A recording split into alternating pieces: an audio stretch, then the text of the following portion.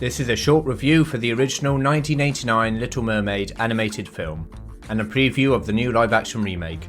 But wait, hold fire, don't click away, because I think it's worth 5 minutes of your time before watching the remake. Now, unless you're new to YouTube, you will have recognised the following trend. Disney release a new film, then on one side you have the anti-woke crowd saying they're race-swapping original characters, destroying the men in the film, and that Disney are just about to enter financial ruin due to their progressive feminist ideology corrupting their films and shows. These videos are opposed with those who will never criticise any Disney film that fits into their far-left ideology, saying useless sentences like, "It's about time," and "diversity is our strength." Now, the live-action remake of The Little Mermaid is already front and centre of this review war that we see whenever a new Disney film is released. Is one side right? Well, there's probably truth to both. Yes, Hollywood is way too focused on race and gender above all else, which does detract from the quality of the films they produce, especially when the same deconstructionist story is played out time and time again, aka the male protagonist is a little bit toxic, gets kicked in the balls, and is put in his place by the girl boss, who defeats every man that stands in her way, and said girl boss has no flaws or character development, and repeat, for at least 50% of modern blockbuster films.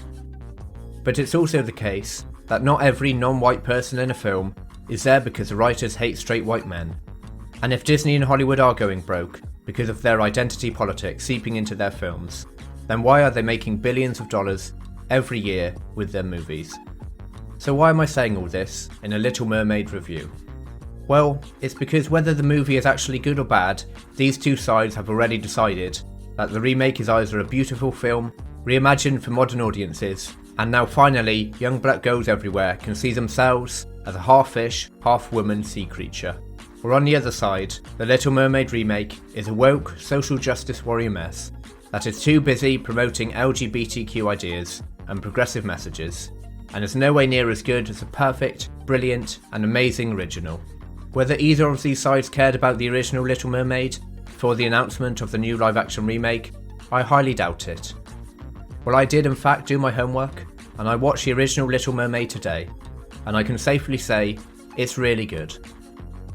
A meaningful message about a father-daughter relationship, a strong independent female lead, great songs, a good fun film for children whilst also being entertaining for adults, and memorable and funny side characters. So that's the good part of the original Little Mermaid. But what's bad in the 1989 version? Although Ariel is an independent protagonist and makes her own choices, often they are rather stupid choices. What does she do when her father, King Triton, tells her not to go up to the surface? She goes up to the surface. And what does Ariel do when Ursula gives her the worst deal of all time? Well, she takes a deal, with very little hesitation, where she has 3 days to make Prince Eric love her and give her a kiss, but she loses her voice. And if she fails to do so within a 3-day time frame, she will become a weedy little polyp. Ariel is certainly not the smartest character, but as a 16-year-old teenage girl, she is charming enough and exhibits beautiful femininity with her singing, caring nature, and teenage adoration of Eric. The ending is also not perfect, and is a bit Power Rangers, with Ursula becoming a giant million-foot-tall octopus kaiju, but it does wrap up all the characters in a rather well-paced ending that doesn't outstay its welcome. Now, when it comes to ratings, I gave the original Little Mermaid a 7 for plot, 8 for entertainment value, 8 for characters and performances, 8 for visuals, 9 for sound, and 8 for its ending.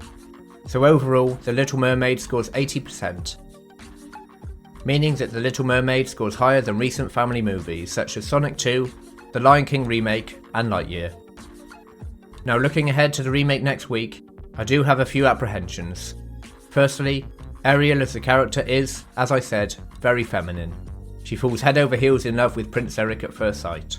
She wants to get married, and is graceful and elegant, and has that loving and nurturing quintessential female quality. Now, I have my suspicions that Disney will slightly change Ariel's personality to make her more of an independent girl boss. And with Halle Berry, the actress playing Ariel, saying, and I quote, that Prince Eric is the cherry on top, but it's not all about him. I believe this fear of mine has some grounding in reality. Now, Ariel's sole drive in the original is to be with Eric, so for Eric to now be the cherry on top seems a bit odd, as their love story is literally the entire drive for the plot of the 1989 original. Also, yep, let's go there.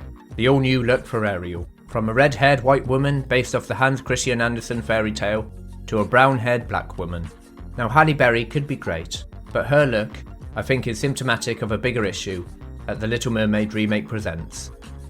The issue being that the visuals just don't seem to compare to the vibrant colour palette of the original. So based on just the trailer footage, the look for Ariel is just off, and her look encapsulates the bland look of the film overall, with the striking colours of the underwater world replaced by dull brown and dark blues. But what do you think? Have you already made your mind up for The Little Mermaid live action remake?